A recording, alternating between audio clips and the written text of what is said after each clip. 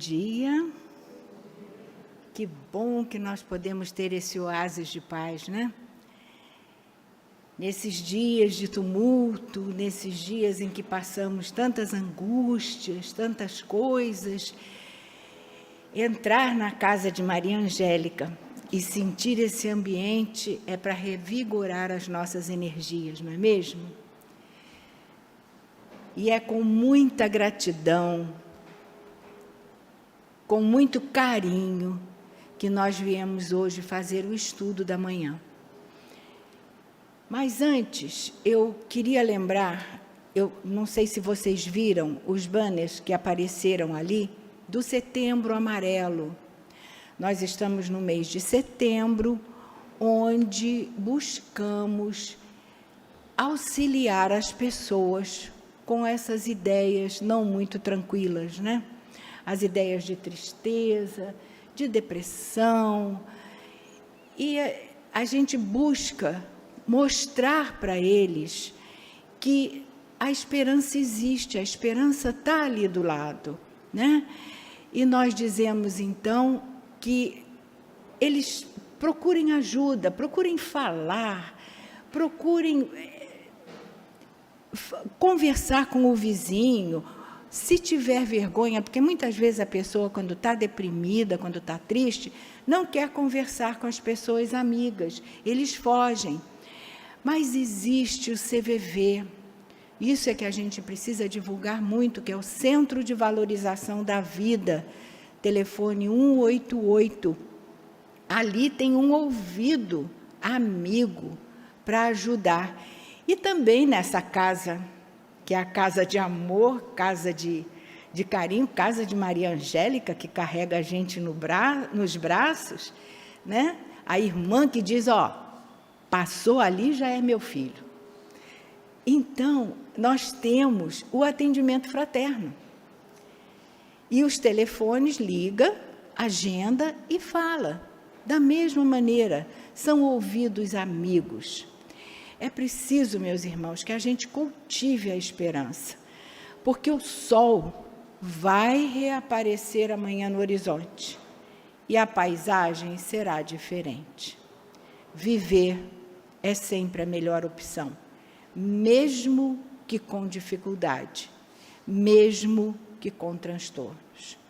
Nós teremos sempre braços amigos, ombros amigos a nos ajudar. E hoje nós vamos falar de um espírito fantástico, um espírito que nos ajudou e nos ajuda muito. Sabe, quando eu estava estudando, tem nada a ver com a palestra, mas me ocorreu, sabe que uma coisa, eu nunca pedi ajuda para Kardec. A gente reza para Nossa Senhora, a gente reza para Jesus, a gente pede ajuda ao doutor Bezerro. Tadinho, Kardec fica esquecido. Então, a partir de hoje, vamos endereçar a ele sempre um pensamento de amor, um pensamento de carinho para esse espírito que trouxe para nós, não como autor, mas como codificador, essa doutrina que ampara a todos nós, essa doutrina que é o nosso sustentáculo. Ele não fez a doutrina, mas ele arrumou tudo. Professor que era, estudioso, ele arrumou tudo de forma que a gente, no futuro, possa ter sempre uma compreensão maior. E a gente que estuda a doutrina sabe perfeitamente o esforço que esse espírito fez para conseguir dar cabo da sua missão. Porque foi difícil, foi com luta, não foi uma coisa fácil. Ele encontrou muitos obstáculos, mas a tudo ele ultrapassou, a tudo ele continuou com muito esforço e com muita garra. E essa doutrina, codificada por ele, foi um presente de consolo. Por quê? Porque, levantados os véus, essa doutrina veio nos mostrar que nós temos um um final para chegar, todos nós, que é a felicidade. Esse é o nosso final. Chegaremos a espíritos melhores, espíritos mais fortalecidos, até chegarmos mesmo como Jesus. Porque ele disse que nós chegaríamos até a ser como ele era, né? Agora, claro que tudo depende de nós, não é verdade? Tudo depende de nós. E a homenagem que nós vamos fazer hoje é a Kardec. Kardec se manteve fiel a todos os ensinamentos de Jesus. E por isso nós podemos ter certeza de que o Espiritismo é o cristianismo redivivo, porque a doutrina espírita repete fielmente os ensinos que o Mestre veio nos trazer. Kardec veio esclarecer, ele conseguiu, com os espíritos, arrumar e esclarecer aquilo que Jesus disse para nós e que naquela época não poderíamos entender ainda por não estarmos prontos. Mas tudo isso foi feito em nosso benefício, que a gente possa, então, aproveitar. E quando foi que Jesus prometeu que ele estava na última ceia, né? Já de partida, sabia que ia partir, sabia de tudo que ele ia passar, e ali na última ceia, ele prometeu aos apóstolos: eu me vou, mas eu vou deixar para vocês um consolador. Porque o que aconteceu? Depois da crucificação, os apóstolos iam ver Jesus por muito pouco tempo, porque Jesus ia ter a sua ascensão ao Pai. E ele não queria deixar ninguém órfão. E Jesus então nos disse, eu vou ler exatamente o que Jesus falou naquela noite.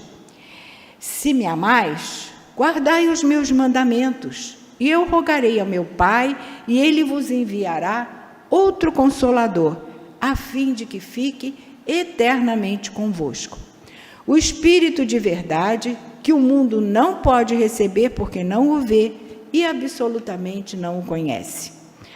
Mas quanto a vós, conhecê-lo-eis, porque ficará convosco e estará em vós. Porém, o Consolador, que é o Santo Espírito que meu Pai enviará em meu nome, vos ensinará todas as coisas e vos recordará tudo o que vos tenho dito. Então, se Jesus estava prometendo um Consolador, era para explicar as coisas que ele havia dito, é porque naquela época nós ainda não entendíamos. E se esse Consolador viesse recordar o que Jesus havia dito, tinha que ser com fidelidade.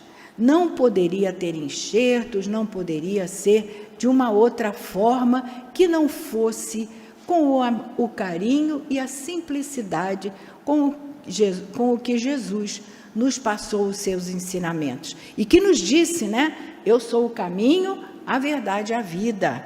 Ninguém vai ao Pai, senão por mim. E para cumprir a promessa do Cristo, Kardec foi o espírito escolhido. Mas aqui, quem foi Kardec? Nós temos que olhar sob diversos aspectos esse espírito valoroso, né? Primeiro, vamos fazer uma análise bem rápida do espírito Kardec, porque não é, as coisas na natureza, a gente sabe que não são, a natureza não dá saltos, não são feitas rapidinho, né? Jesus não chega para Kardec e diz, olha, você vai encarnar amanhã e a partir de depois de amanhã comece a consultar os espíritos e comece a fazer a minha doutrina. Não, tem que haver uma preparação.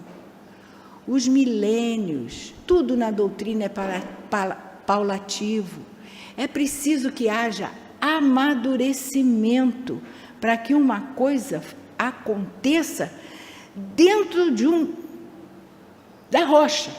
firme numa rocha, sólido. E assim foi Kardec. Nós vamos lembrar só 2 encarnações dele.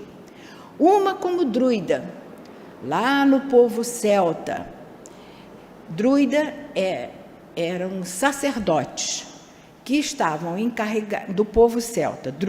Druida é um sacerdote do povo celta encarregado de passar todos os ensinamentos desse povo para os jovens que estavam chegando.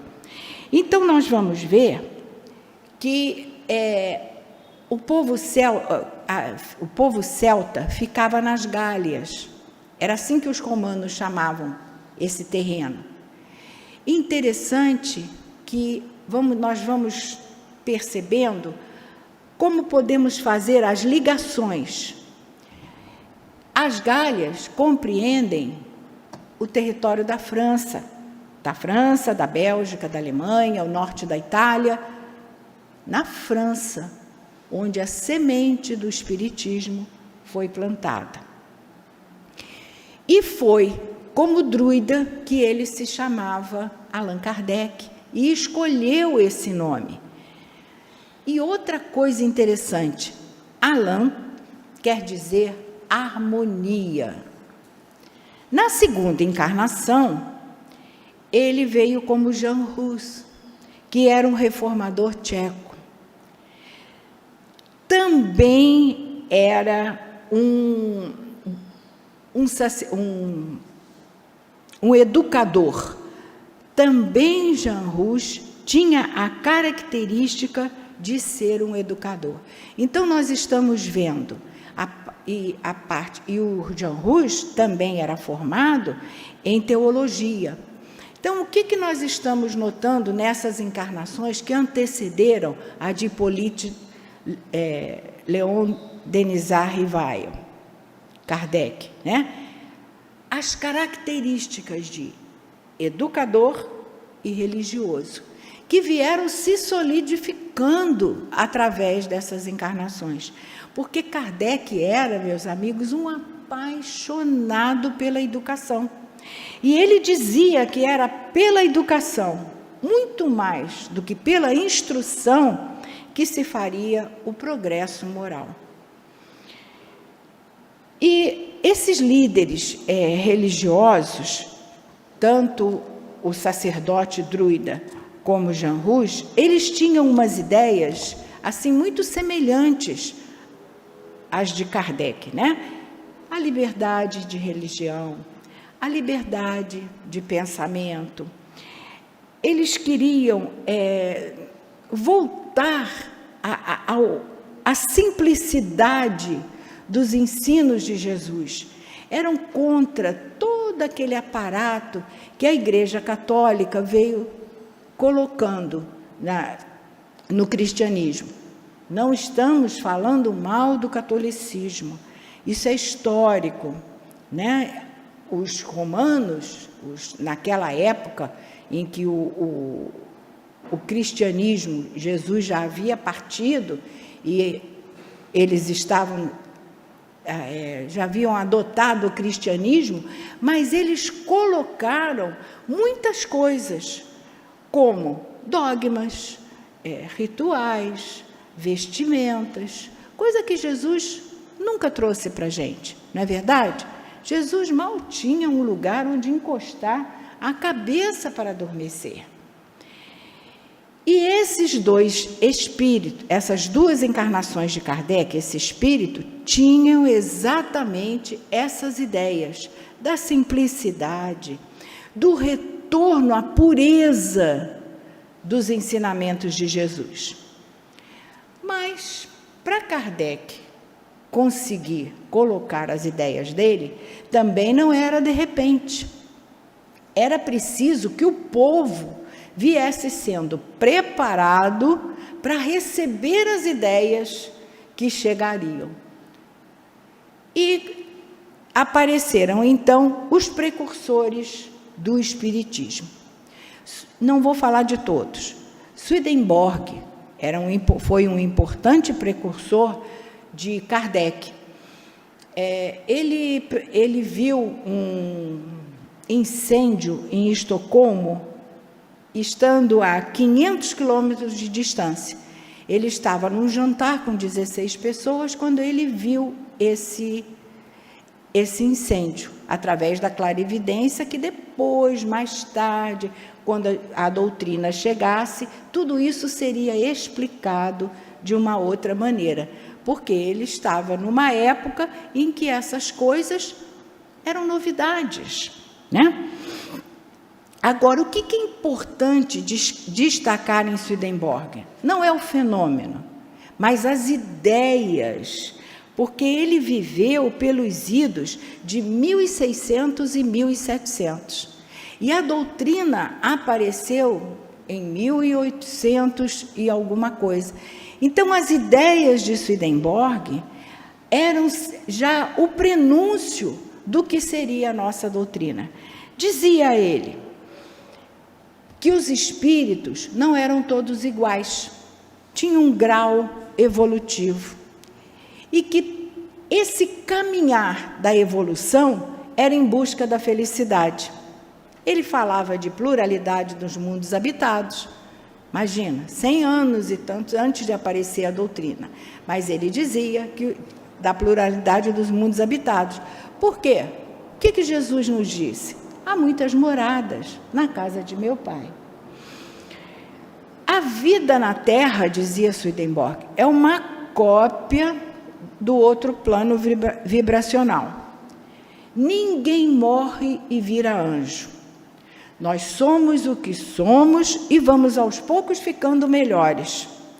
Não existem anjos e demônios na acepção da palavra.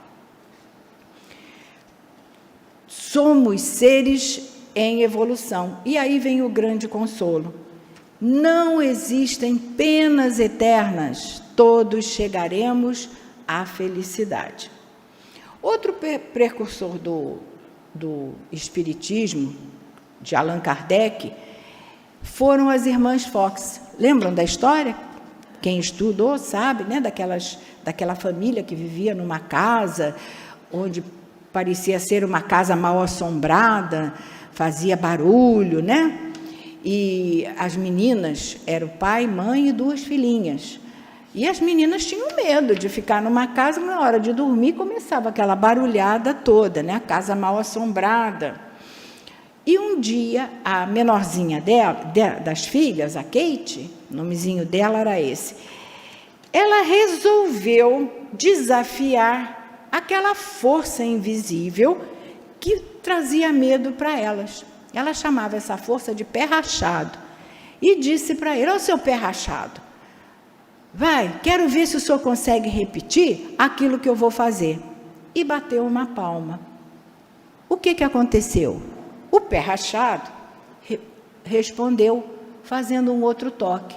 A cada palma, ele respondia com um toque. Ela chamou os pais, explicou, chamaram os vizinhos, chamaram todos. Estava acontecendo alguma coisa esquisita ali, né? Por quê? Porque aquela força que não era visível respondia, falava. E eles começaram, então, fizeram um artifício para poder entender e perguntar as coisas para essa força.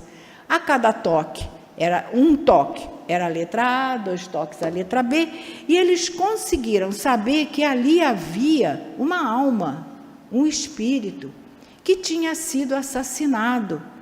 E ele contou o lugar onde estava enterrado o esqueleto dele. E os mais interessados foram no porão da casa e acabaram encontrando mesmo ali um esqueleto. Além desses 2 precursores, na Europa também aconteciam vários fenômenos. E o maior deles, o que estava em voga, todo mundo queria participar, né? Eram as mesas girantes. Aquela brincadeira que a gente, quando garotinha, já fez com o copo. Alguém já fez? Alguém brincou com o copinho? Vai andar? Quero saber o nome do meu namorado. Quando é que eu vou casar? E ali tem o quê? Tem espírito presente ali. E será que era espírito, assim, sensato? Acho que era um brincalhãozinho que estava ali, né? Respondendo as coisas para a gente. Por isso, o cuidado que nós temos que ter quando a gente faz determinadas coisas. Porque nós estamos cercados de espíritos, né? Não estamos sozinhos, né? Alguns até vêm, os nossos companheiros, mas outros não vêm, mas nem por isso eles deixam de estar ali conosco. E foi através das mesas girantes que o Hippolyte Léon Denisard tomou conhecimento da sua missão como codificador da doutrina. No livro Obras Póstumas, também escrito por ele, mas esse livro, na verdade, não é um livro escrito direto por ele, foi um apanhado de artigos, de mensagens que ele deixou, e a esposa dele arrumou e publicou como livro Obras Póstumas. E ali, Kardec mesmo nos conta, no capítulo A Minha Primeira Iniciação no Espiritismo. Ele diz: a primeira vez que eu ouvi falar, Kardec falando, nas mesas girantes, foi por um amigo chamado Senhor Fortier. Ele disse para mim que esses fenômenos estavam se repetindo nas rodas sociais em Paris. E que, quando eles estavam ali, as mesas se mexiam, levantavam, pulavam. Aí o Kardec disse que isso não era assim uma coisa sobrenatural. O magnetismo que eles estudavam naquela época poderia fazer isso, poderia dar uma vida factícia àquela mesa, e ela se movimentaria. Nós vemos isso descrito no livro dos médiuns. Magnetismo é aquela força de atração e repulsão, né? E o magnetismo pessoal é aquela qualidade que a pessoa tem de atrair as atenções para ela. Então, o magnetismo é essa força de atração e de repulsão. E Kardec diz o seguinte, que essa força, esse magnetismo, faz parte do fluido elétrico, por isso é que consegue movimentar essa mesa.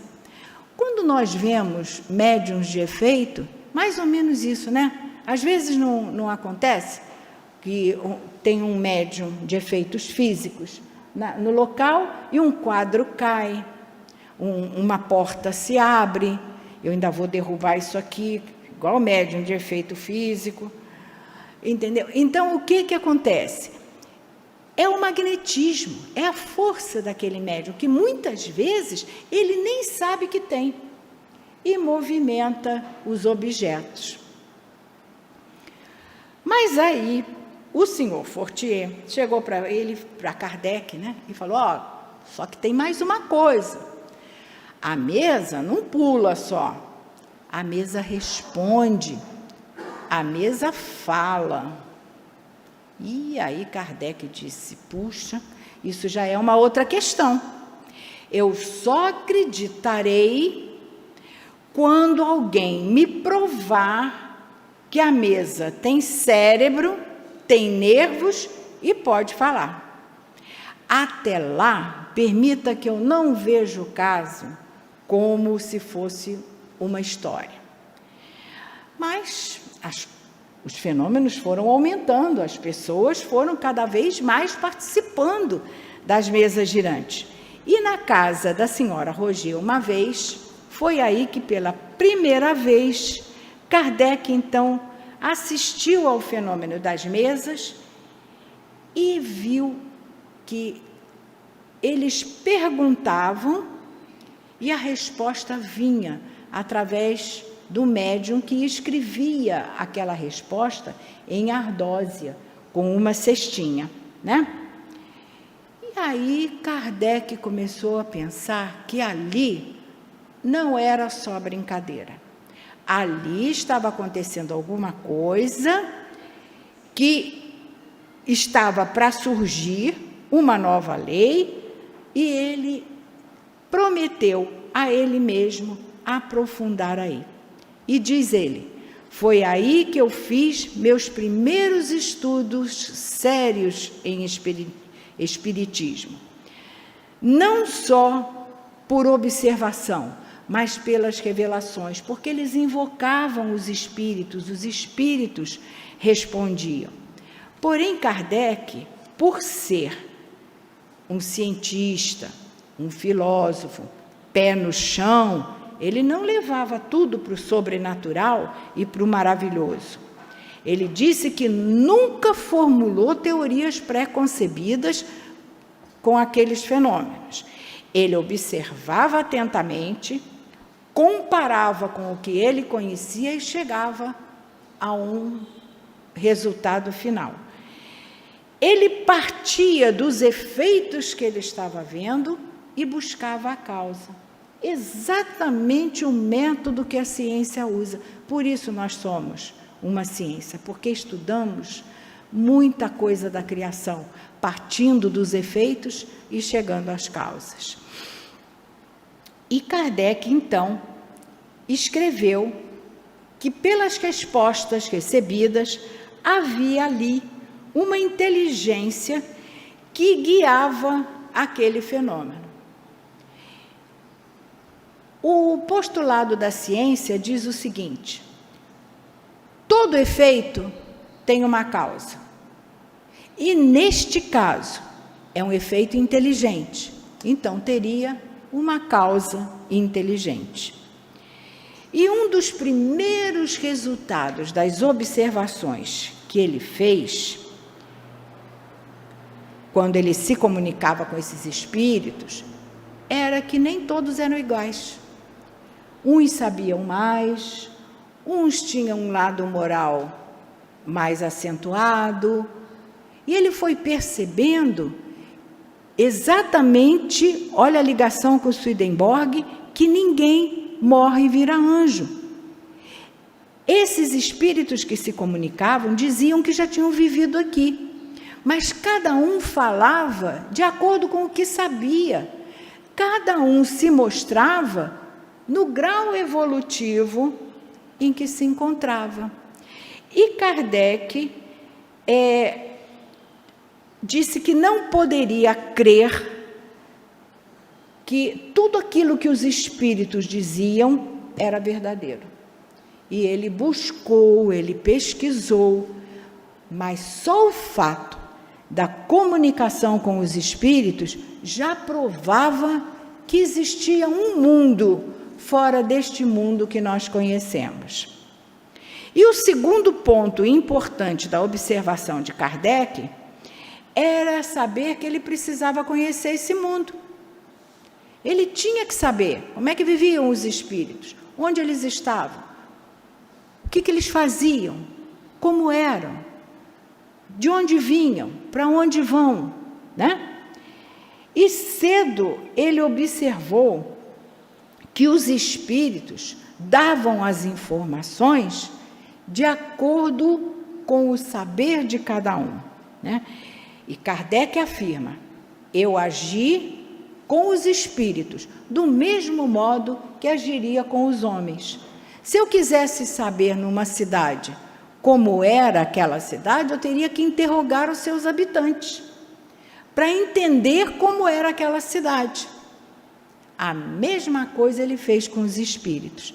Interrogou os espíritos, buscou saber tudo para então codificar a doutrina. Estava entre nós a terceira revelação. A primeira foi com Moisés e a segunda foi com Jesus. Sendo que a terceira revelação, ela não foi baseada, não foi fundamentada num único ser, e sim em vários espíritos. E os espíritos mesmos diziam que estava acontecendo uma invasão organizada de espíritos para esclarecer as lições imorredoras de Jesus. Kardec escreveu, então, codificou, ele fez várias perguntas, codificou todas essas perguntas no Livro dos Espíritos, em 1857. O Livro dos Espíritos, todos nós sabemos, é dividido em 4 partes, e Kardec, de cada parte, fez um novo livro. O primeiro foi o Livro dos Médiuns, em 1861, saído da segunda parte do Livro dos Espíritos. Depois veio o Evangelho, da terceira parte, o Céu e Inferno, da quarta parte, e o último foi a Gênese. Esses 5 livros formam o Pentateuco da doutrina espírita, a base sólida, a base onde nós que somos da doutrina espírita precisamos estar sempre com esses 5 livros, usando, estudando, revendo, porque aqui não tem enxerto.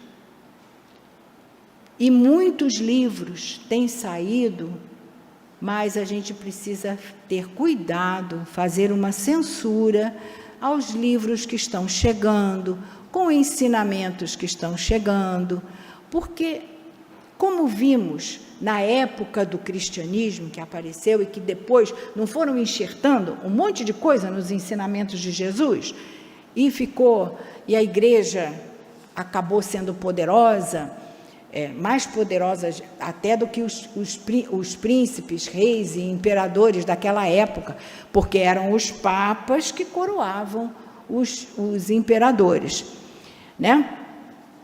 E é preciso, meus amigos, que a gente tome cuidado com as coisas que estão chegando. Vamos buscar no Pentateuco se realmente essas coisas estão de acordo com a doutrina ensinada pelos espíritos, né? Algumas pessoas, como foi Kardec, o codificador, falam também erroneamente: eu sou kardecista, eu estudo o kardecismo. É um nome errado. Eu estudo a doutrina dos espíritos, codificada por Kardec. Ele foi o codificador, ele nem gostaria muito de que se desse essa glória a ele, de ser o autor da doutrina espírita, né? Agora vamos ver um pouquinho sobre o homem Allan Kardec. Ele nasceu no dia 3 de outubro, lá em Lyon, na França, era filho de pais católicos, estudou com Pestalozzi. Aos 12 anos, ele até substituía Pestalozzi, né? E, desde aí, as ideias de Kardec já se casavam com as ideias daqueles que o antecederam. Kardec era muito inteligente, falava várias línguas, e era um observador que tinha inclinação para as ciências, para os assuntos filosóficos, e amante da educação. Ele, como eu falei anteriormente, a educação é que vai trazer tudo certinho. E se nós olharmos os dias de hoje, essa é uma realidade. Falta o quê ainda para a humanidade? Educação. Nem a instrução, é a educação, é o respeito pelo outro, é a liberdade religiosa, é a liberdade de pensamento, é você aceitar o outro que é diferente de você de uma maneira pacífica, sem briga, sem guerra, sem discussão. Nós não somos iguais. Cada um de nós é diferente. E mesmo sendo espíritas, nós somos diferentes. Nós não somos iguais. Cada um está num degrau evolutivo. Cada um tem um pensamento único. Jesus é nosso mestre, foi Ele que nos trouxe o Evangelho, que vai nos levar ao caminho da felicidade, isso ninguém discute. Mas nós somos diferentes, né? Um gosta mais de estudar uma coisa, outro gosta mais de estudar outra. Um gosta de chegar bem cedo para a reunião pública, outro chega em cima da hora correndo, outro só chega na hora do passe para tomar passe. Mas nós somos diferentes uns dos outros e precisamos aceitar, sem briga, sem discussão, procurando mostrar que nós somos irmãos, todos, sem diferença de credo, de cor de pele, de local onde nasceu. Nós somos irmãos, espíritos imortais, filhos de Deus, muito amados por eles, muito amados por ele. E um dia, Kardec recebeu a visita de Zéfiro, que era o guia espiritual dele, e que disse que ele fora preparado para codificar a doutrina espírita, e que se ele viesse a falir, outro ocuparia o lugar dele, né? Muito bem. Anterior a essa história que eu estou contando de Kardec, a Igreja dominava todo o Ocidente.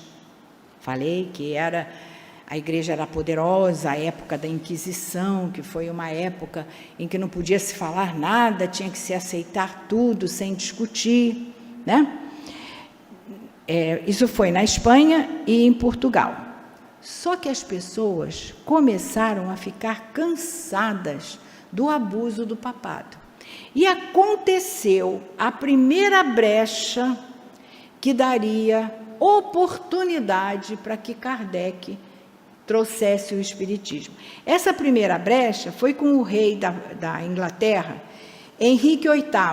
Ele era casado com a Catarina.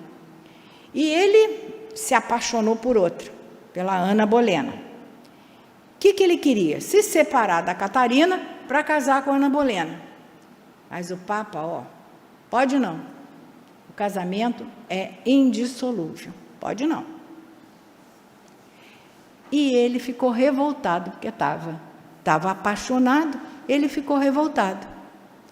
Se separou do Papa, casou com a Ana Bolena e mais 5.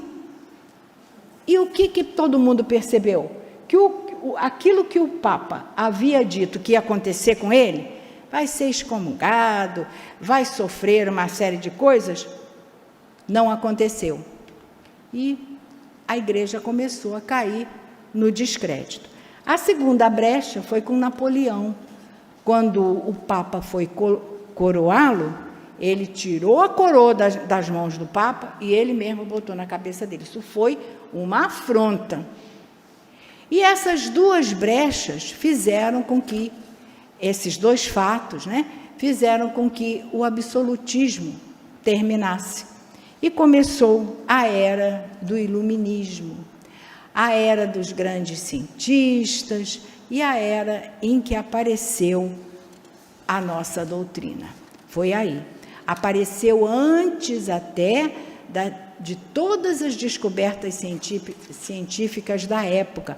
Uma das descobertas foi a de Einstein, que veio depois da nossa doutrina, para provar que aquilo que Kardec estava trazendo já eram as ideias novas, O legado deixado por esse espírito tem sido de grande ajuda para a humanidade.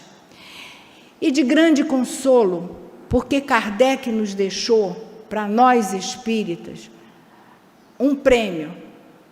Reconhece-se o verdadeiro espírita pelo esforço que ele faz para vencer suas más tendências. Esse é o maior consolo que a gente tem. Não precisamos virar santos numa única encarnação. Teremos várias oportunidades para cada vez mais a gente crescer. Mas vamos chegar lá, vamos chegar lá. E, gente, eu queria ler só um pedacinho de um trechinho de Emmanuel, que ele diz assim: é muito luminosa a coerência entre o Cristo e o apóstolo que lhe restaurou a palavra. Jesus revelou, trouxe a boa nova para a gente. Esse evangelho esse compêndio que vai nos levar à felicidade. E Kardec descortinou isso, levantou os véus dessa doutrina. Jesus veio nos propor coisas novas. Somos todos iguais, somos filhos de Deus, o reino de Deus, tudo que Jesus veio trazer para nós. Jesus nos propôs isso. E Kardec expõe no Pentateuco tudo que Jesus nos mostrou. Jesus construiu uma nova doutrina e Kardec veio consolidar todos esses ensinamentos. Jesus, meus amigos, é a porta pela qual todos nós temos que passar, para que sejamos felizes, para que alcancemos a felicidade. E Kardec, meus amigos, é a chave que abre essa porta e que vai nos levar ao reino de Deus. Muita paz para todos.